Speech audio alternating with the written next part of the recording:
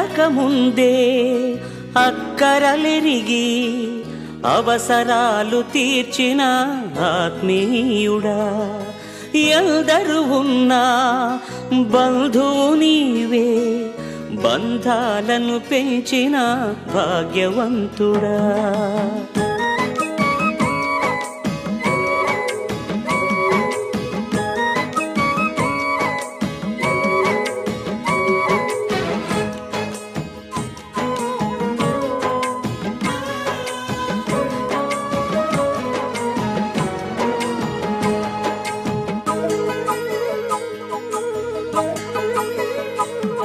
పదే పదే నేను పాడుకోనా ప్రతి చోట నీ మాట నా పాటగా, మరి మరి నేను చాటుకోనా మన